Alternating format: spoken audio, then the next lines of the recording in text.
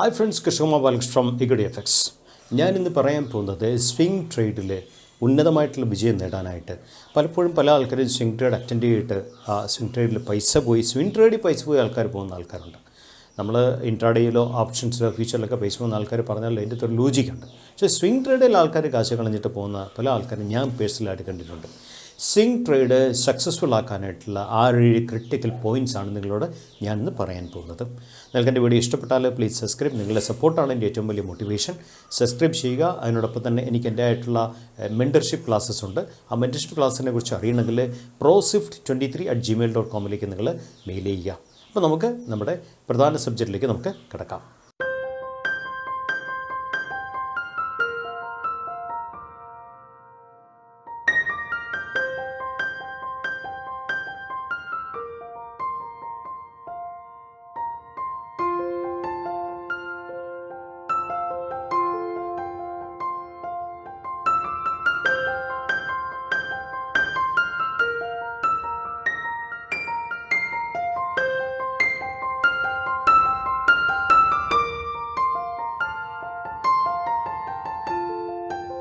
Swing ട്രേഡിൽ ശ്രദ്ധിക്കേണ്ട ഏതാനും ചില കാര്യങ്ങളിൽ ആദ്യത്തെ കാര്യം, നിങ്ങൾക്ക് സ്ട്രോങ് ആയിട്ടുള്ള ഫണ്ടമെൻ്റലി സ്ട്രോങ് ആയിട്ടുള്ള സ്റ്റോക്കിൻ്റെ ഒരു ലിസ്റ്റ് വേണം. ശരിക്കും ഫണ്ടമെൻ്റലി സ്ട്രോങ് ആയിട്ടുള്ള സ്റ്റോക്ക് എങ്ങനെ സെലക്ട് ചെയ്യും? നിങ്ങൾ screen.in പോവുക. അതിൻ്റെ അകത്ത് നിങ്ങളായിട്ടുള്ള കുറേ പാരാമീറ്റേഴ്സ് നിങ്ങൾക്ക് കൊടുക്കാൻ സാധിക്കും. May be parameters ROE above 20 ആകാം, അല്ലെങ്കിൽ എബോവ് 15 ആകാം, അല്ലെങ്കിൽ ഡെപ്റ്റ് ഇക്വിറ്റി റേഷ്യോ ആഡ് ചെയ്യാൻ സാധിക്കും, അല്ലെങ്കിൽ മാർക്കറ്റ് ക്യാപ്പ് ആഡ് ചെയ്യാൻ പറ്റും. ഏതെല്ലാം പാരാമീറ്റർ കൊടുക്കുക, ആ പാരാമീറ്റർ ബേസിൽ നിങ്ങൾക്ക് ഫിൽറ്റർ ചെയ്ത് ടോപ്പ് സ്റ്റോക്സിന് എടുക്കാൻ സാധിക്കും.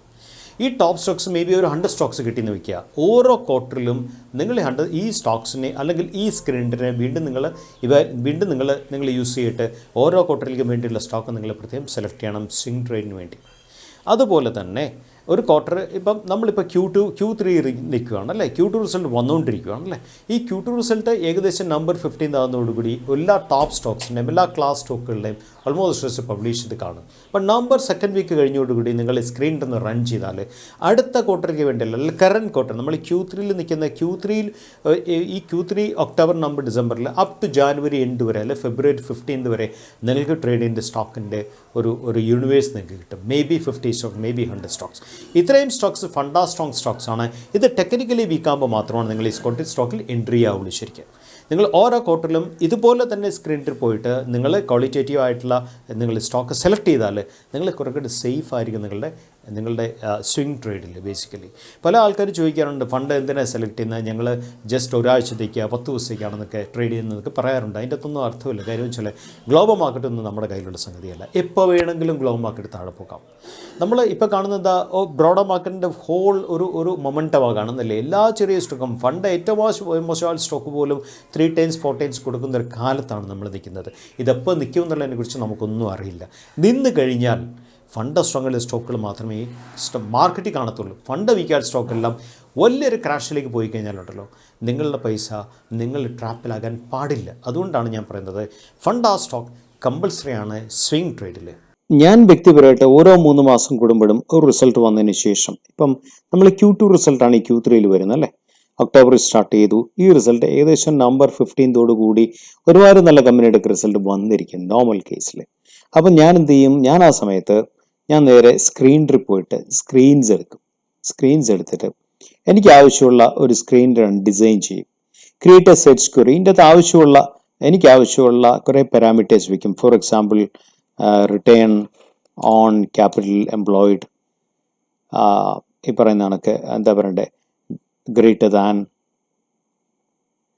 20 and return on equity. മനസ്സിലായോ? Return on equity greater than 20. അങ്ങനെ കുറച്ച് പാരാമീറ്റേഴ്സ് വെച്ചതിന് ശേഷം ഞാൻ പാരാമീറ്റേഴ്സിനെ റൺ ചെയ്യും. കുറേ പാരാമീറ്റേഴ്സ് ഞാൻ വെക്കാറുണ്ട്. റൺ ചെയ്തതിന് ശേഷം എനിക്ക് ഈ 2 കാര്യങ്ങൾ വെച്ചപ്പോൾ തന്നെ 387 റിസൾട്ട്സ് കിട്ടി നമുക്ക് ടോട്ടൽ സ്റ്റോക്സിൽ നിന്നാണ്. റിട്ടേൺ ഓൺ ക്യാപിറ്റൽ എംപ്ലോയിഡും റിട്ടേൺ ഓൺ ഇക്വിറ്റിയും 20ക്ക് മേലുള്ള സ്റ്റോക്സ് മാത്രമാണിത്. പക്ഷേ ഇതിൻ്റെ കുറേ കൂടെ പാരാമീറ്റേഴ്സ് നമ്മൾ വെച്ചാൽ നമുക്ക് ഏറ്റവും ക്ലാസ് ആയിട്ടുള്ള സ്റ്റോക്കുകളുടെ ഒരു ലിസ്റ്റ് കിട്ടും ശരിക്കും. മേ ബി ഒരു 100 സ്റ്റോക്ക് മാർക്കറ്റ് ക്യാപ്പ് വയ്ക്കാൻ പറ്റും, ഡെപ്റ്റ് ഇക്വിറ്റി റേഷ്യോ വയ്ക്കാൻ പറ്റും, പ്രോഫിറ്റ്സിന്റെ റേഷ്യോസ് വയ്ക്കാൻ സാധിക്കും. നിങ്ങൾക്ക് എന്തെല്ലാം നിങ്ങൾക്ക് ഒരു സ്റ്റോക്കിന്റെ ഫണ്ട സ്ട്രോങ് ആണെന്ന് നിങ്ങളുടെ കൺവിക്ഷൻ എന്തെല്ലാം പോയിന്റിലാണോ ആ പോയിന്റ് ഒക്കെ നിങ്ങൾ വെച്ചാൽ നിങ്ങൾക്ക് അത് വെച്ചുള്ള ഒരു വാച്ച് ലിസ്റ്റ് ഇതിൻ്റെ അകത്തുനിന്ന് കിട്ടും. ഈ വാച്ച് ലിസ്റ്റ് വേണം നിങ്ങൾ ശരിക്ക് അടുത്ത 3 മാസം, ഇപ്പം നവംബർ 15 നിങ്ങൾ ഈ വാച്ച് ലിസ്റ്റ് പ്രിപ്പയർ ചെയ്യുവാണെങ്കിൽ നെക്സ്റ്റ് ഈ Q3 റിസൾട്ട് വരുന്ന ജനുവരി ഫെബ്രുവരി വരെ നിങ്ങൾക്ക് വാച്ച് ലിസ്റ്റ് ഉപയോഗിക്കാം. അതിൻ്റെ അകത്തുനിന്ന് നിങ്ങൾ സ്റ്റോക്ക് എടുക്കാൻ നേരത്തുള്ള പ്ലസ് പോയിന്റ് എന്താണെന്ന് വെച്ചാൽ, ഒന്ന് നിങ്ങൾ ടോപ്പ് ക്വാളിറ്റി സ്റ്റോക്കാണ് നിങ്ങൾ ട്രേഡ് ചെയ്യുന്നത്, 2 അങ്ങനെ ടോപ്പ് ക്വാളിറ്റി സ്റ്റോക്ക് ടെക്നിക്കലി വീക്കാകുമ്പോഴാണ് നിങ്ങൾ എൻട്രി ചെയ്യേണ്ടത്. ഇനി നിങ്ങൾ എൻട്രി ചെയ്തിട്ട് എന്തെങ്കിലും ട്രാപ്ഡ് ആയപ്പോലും നിങ്ങൾ മനസ്സിലാക്കണം, നിങ്ങൾ ടോപ്പ് ക്വാളിറ്റി സ്റ്റോക്കിലാണ് നിങ്ങൾ നിൽക്കുന്നത്. ട്രാപ്ഡ് ആവുന്നത് ടെമ്പററി ആയിട്ടുള്ള ഒരു ഫിനോമിനൻ മാത്രമാണ്. കുറച്ച് ദിവസം നിങ്ങൾ കുറച്ചുകൂടെ ക്ഷമിച്ചാൽ എന്തെങ്കിലും കാരണം കൊണ്ട് ട്രാപ്പായ ഒരു അവസ്ഥ, ഗ്ലോബൽ മാർക്കറ്റ് എപ്പോൾ ആണെങ്കിൽ ചേഞ്ചസ് വരാമല്ലോ, നമ്മളൊന്നും വിചാരിക്കുന്ന രീതിയിലായിരിക്കത്തില്ല കാര്യങ്ങൾ പോകുന്നത്.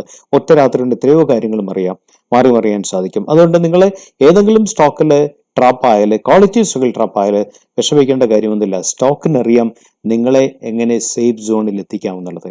അതുകൊണ്ടാണ് എപ്പോഴും ഞാൻ എല്ലാ എൻ്റെ വീഡിയോയിലും പറയുന്നത്, ടോപ്പ് ക്വാളിറ്റി സ്റ്റോക്കിൽ മാത്രമേ നിങ്ങൾ ട്രേഡ് ചെയ്യാവുള്ളൂ. Top quality stock, fundamentally strong stock, technically വീക്കായിരിക്കുന്ന സമയത്ത് വേണം നിങ്ങൾ കയറാനായിട്ട്.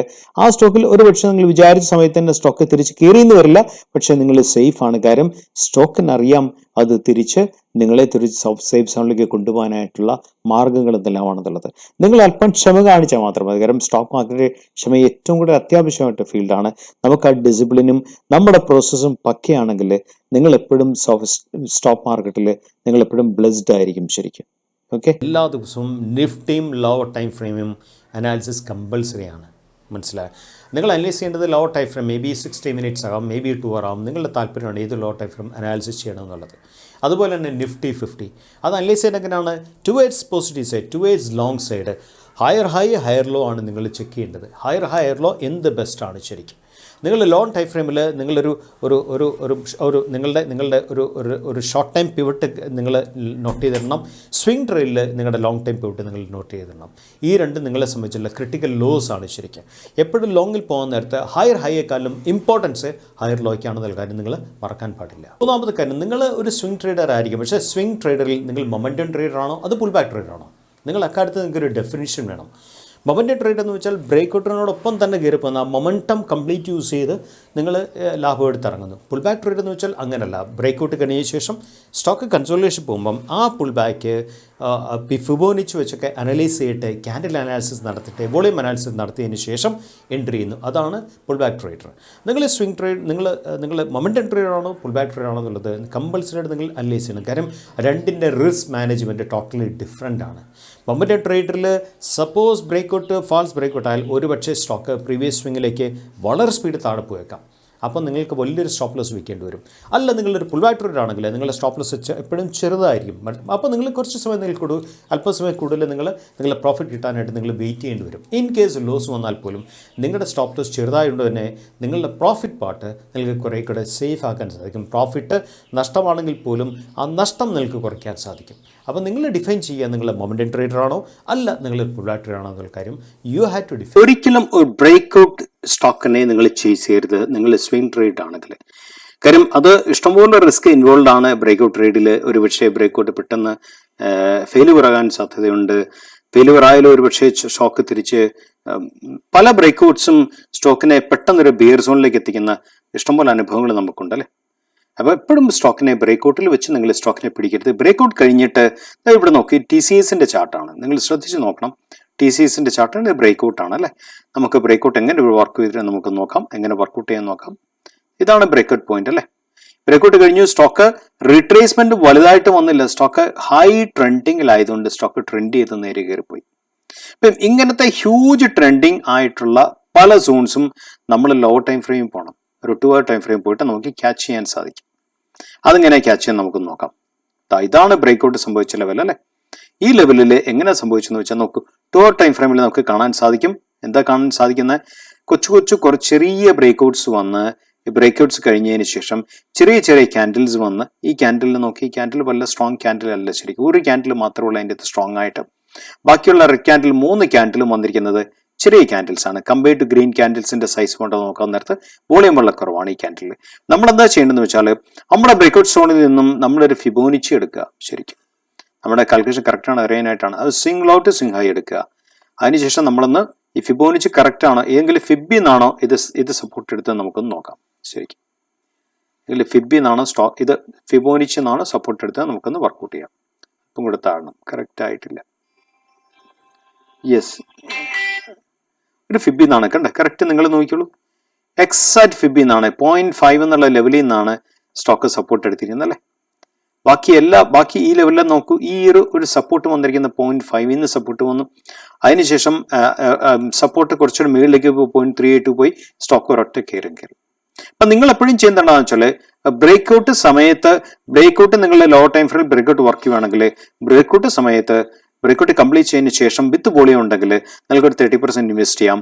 അത് കഴിഞ്ഞ ശേഷം പുൾ ബാക്ക് വെയിറ്റ് ചെയ്യുക. പുൾ ബാക്ക് വലുതായിട്ട് ഡേ ടൈം ഫ്രെയിമിൽ വന്നില്ലെങ്കിൽ ലോ ടൈം ഫ്രെയിമിൽ പുൾ ബാക്ക് വർക്കൗട്ട് ചെയ്തിട്ട് ആ പുൾ ബാക്ക് കഴിഞ്ഞ ശേഷം ആ പ്രീവിയസ് ബ്രേക്കറ്റ് സോനെ കട്ട് ചെയ്ത് പോകുന്ന സമയത്ത് നിങ്ങൾക്ക് ബാക്കിയുള്ള നിങ്ങളുടെ 60-70% നിങ്ങൾക്ക് ഇൻവെസ്റ്റ് ചെയ്യാം.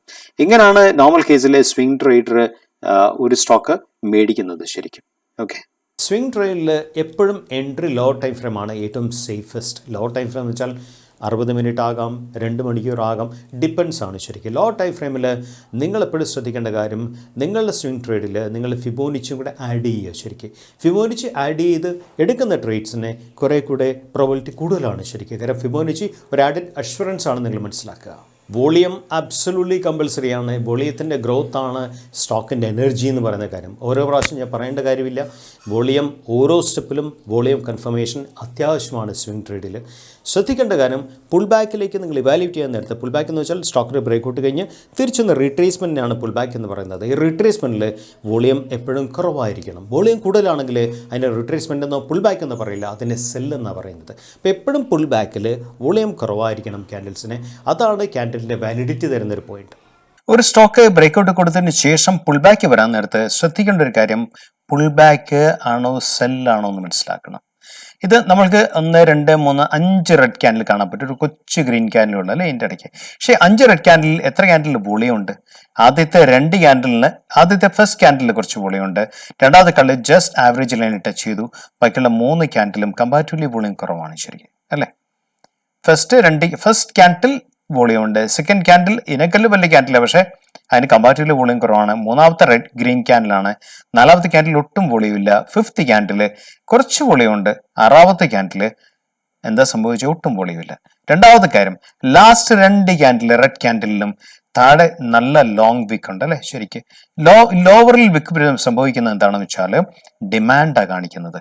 അതുകൊണ്ടാണ് ഇന്നത്തെ ദിവസം സ്റ്റോക്ക് 125 രൂപയുള്ള സ്റ്റോക്ക് സ്റ്റോക്ക് ക്ലോസ് ചെയ്ത് കണ്ട ഒരൊറ്റ കയറ്റം കയറ്റി. ശരിക്കും മനസ്സിലായോ? ഇത് വളരെ വിശേഷപ്പെട്ട ഒരു പാറ്റേൺ ആണ്. ഇതിനെ പറയുന്ന പേരാണ് എൻ പാറ്റേൺ എന്ന് പറയും. നേരെ പോയി സ്റ്റോക്ക് നേരെ തിരിച്ചു വന്നു, തിരിച്ച് നേരെ സ്റ്റോക്ക് നേരെ കയറി വെളിപ്പോണം. ഇതിനെ പറയുന്ന പേരാണ് എൻ പാറ്റേൺ. എപ്പോഴും എൻ പാറ്റേൺ കിട്ടണമെന്നില്ല, വളരെ റെയർ ആയിട്ട് കിട്ടുന്ന പാറ്റേൺ ആണ് എൻ പാറ്റേൺ. പക്ഷെ നിങ്ങൾ ശ്രദ്ധിക്കേണ്ടത് പുൾ ബാക്ക് ആണോ സെല്ലാണോ. സെല്ലാണെങ്കിൽ സ്ട്രോങ് വോളിയം കാണും, റെഡ് വോളിയം കാണും. പുൾ ബാക്ക് ആണെങ്കിൽ റെഡ് വോളിയം വളരെ മൈൽഡ് ആയിരിക്കും.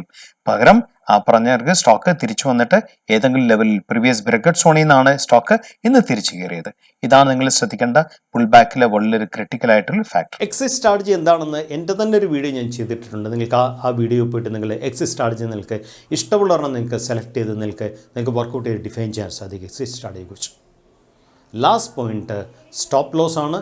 സ്റ്റോപ്പ് ലോസിനോട് ഞാൻ പറയുന്നില്ല. സ്റ്റോപ്പ് ലോസ് നിങ്ങളുടെ റിസ്ക് എന്താ പറയണ്ടേ ആപ്പിറ്റൈറ്റിനെ ഡിപ്പെൻഡ് ചെയ്തിരിക്കും. സ്റ്റോപ്പ് ലോസ് കമ്പൽസറി ആണ്. ഏത് പോയിന്റ് സ്റ്റോപ്പ് ലോസ് വെക്കണം എന്നുള്ളത് ഷോർട്ട് ടൈം ട്രേഡിനും അതുപോലെ തന്നെ സ്വിംഗ് ട്രേഡിനും. ഞാൻ നേരത്തെ പറഞ്ഞല്ലോ, നിഫ്റ്റി അനാലിസിസ് നടത്താൻ നേരത്തെ നമ്മൾ 75 മിനിറ്റ്സ് അല്ലെങ്കിൽ 60 മിനിറ്റ്സ് അനാലിസിസിൽ നമുക്ക് ഷോർട്ട് ടൈം പിവറ്റ് കിട്ടും, സ്വിംഗിൽ ഒരു ലോങ് ടൈം പിവറ്റ് കിട്ടും എന്ന് ഞാൻ നേരത്തെ പറഞ്ഞല്ലോ. നിങ്ങൾ എവിടെയാണ് നിങ്ങളുടെ സ്റ്റോപ്പ് ലോസ് വെക്കണം എന്നുള്ളത് നിങ്ങളുടെ തീരുമാനമാണ്. പലപ്പോഴും ഷോർട്ട് ടൈം ട്രേഡ് അറ്റൻഡ് ചെയ്തിട്ട് സ്വിംഗിലേക്ക് മാറാം, സ്വിംഗ് അറ്റൻഡ് ചെയ്തിട്ട് സ്റ്റോക്ക് പിന്നെയും ട്രെൻഡ് ആണെങ്കിൽ നിങ്ങൾക്ക് പുഷ് ആൻഡ് കോളിലേക്ക് മാറാൻ പറ്റും. അത് നിങ്ങളുടെ വ്യക്തിപരമായിട്ടുള്ള തീരുമാനമാണ്. ഈ ഇത്രയും പോയിന്റ്സ് നിങ്ങളൊന്ന് റീഓർഗനൈസ് ചെയ്ത് റിവർക്ക് ചെയ്ത് നോക്കുകയാണെങ്കിൽ നിങ്ങൾക്ക് തീർച്ചയായും ബെറ്റർ സക്സസ് നിങ്ങൾക്ക് കിട്ടുമെന്നുള്ള കാര്യത്തിൽ ഒരു സംശയം വേണ്ട. Thank you so much. അടുത്ത പ്രാവശ്യം വേറെ വീഡിയോ ആയിട്ട് നമുക്ക് കണ്ടുമുട്ടാം. ഈ വീഡിയോ നിങ്ങൾക്ക് ഇഷ്ടപ്പെട്ടെന്ന് വിശ്വസിക്കുന്നു. Please subscribe my videos. Actually please support me. It's signing off Krishnakumar Balakrishnan from Eqtfx.